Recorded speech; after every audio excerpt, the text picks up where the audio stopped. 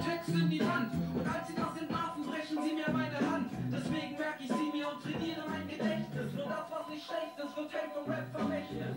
Alles, was recht ist, warum sitze ich hinter Gitter? Prinz Bonobi, Van Kenobi. Letzter Jedi-Ritter, geben Drogen in die Luft und Drogen in mein Essen. Und Drogen in jede von den Platten, die sie pressen. Untergrund ist Medizin, Rap, Antidepressiva gegen Hip-Hop, HIV. Auch bekannt als Viva, wer will Liebeslieder und wer will Hate Raps? Ich will raus aus diesem Knast, mein Mikro, Geld und Sex. Wie kann so etwas Gutes so falsch sein? Warum ist so etwas Schönes so schlecht? Weshalb gibt es auf der Welt keine Liebe?